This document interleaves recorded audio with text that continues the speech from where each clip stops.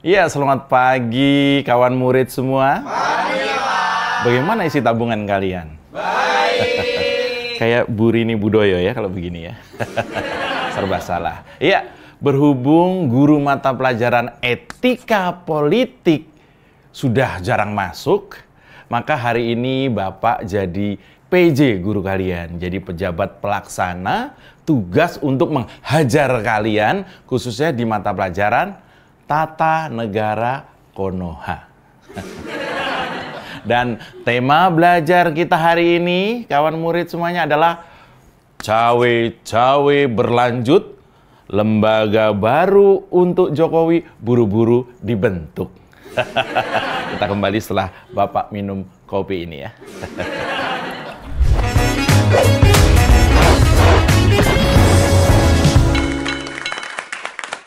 Ya, kawan murid sekalian, mata pelajaran tata negara ini penting loh. Kenapa?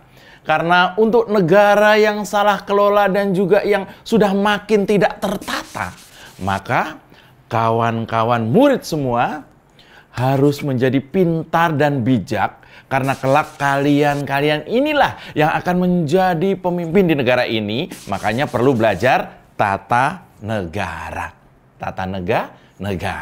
Iya.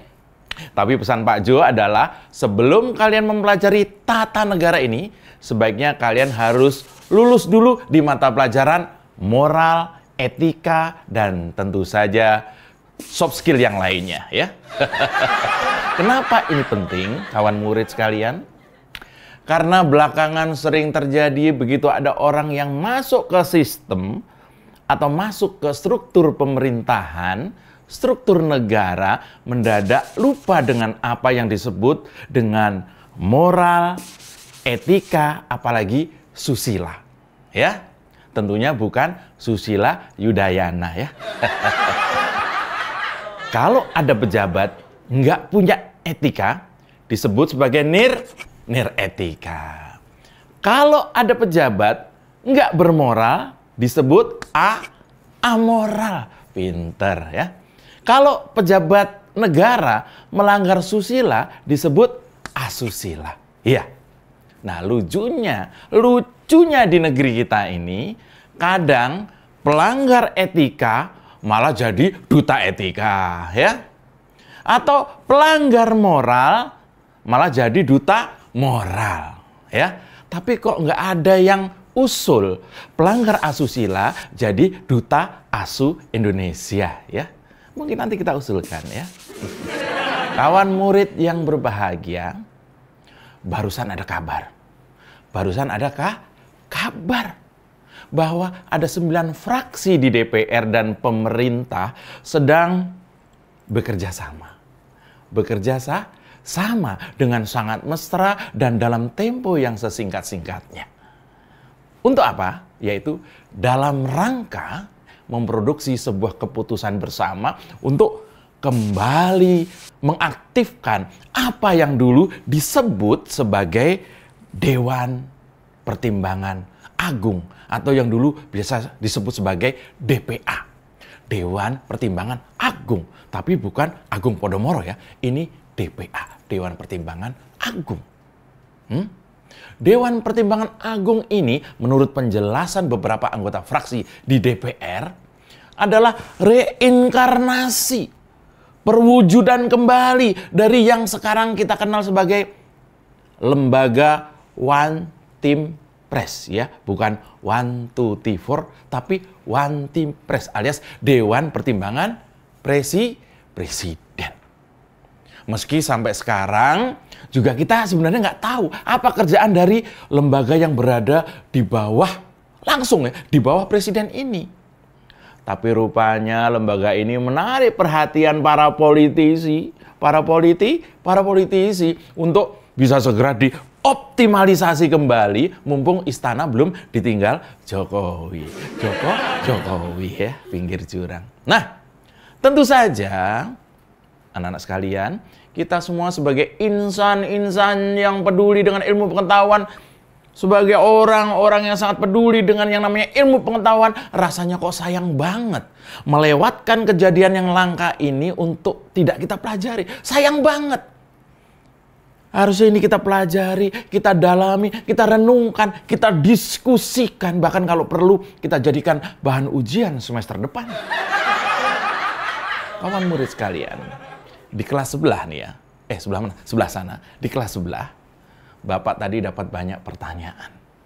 Salah satunya adalah, kenapa ketika menjelang presiden itu lengser, menjelang presiden sekarang itu sudah tidak menjabat lagi alias pensiun alias lengser, kok struktur pemerintahan dalam tata negara kita jadi sibuk dikoreksi sana sini secara buru-buru dan seolah kejar tayang? Ini pertanyaan dari kelas sebelah. Ya Pak Guru cuma bisa menjawab, mungkin inilah yang disebut dengan masa persiapan. Persiapan supaya setelah pensiun tetap bisa pantau tipis-tipis pergerakan penerusnya. Persiapan supaya setelah pensiun masih didatangi banyak pihak untuk diminta doa restunya.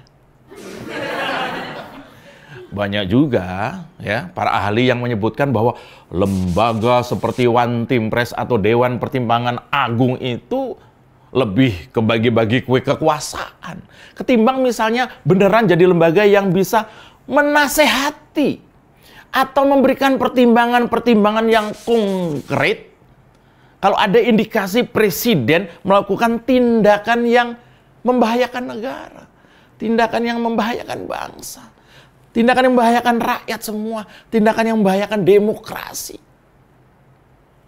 Karena yang baru kejadian kemarin saja, ketika presiden terbukti cawe-cawe-ca dalam pemilu, ketika presiden turut serta melakukan tindakan yang dinilai oleh hakim MK sebagai tindakan yang tidak beretika, beliau yang ada di One Team Press tidak ada suaranya.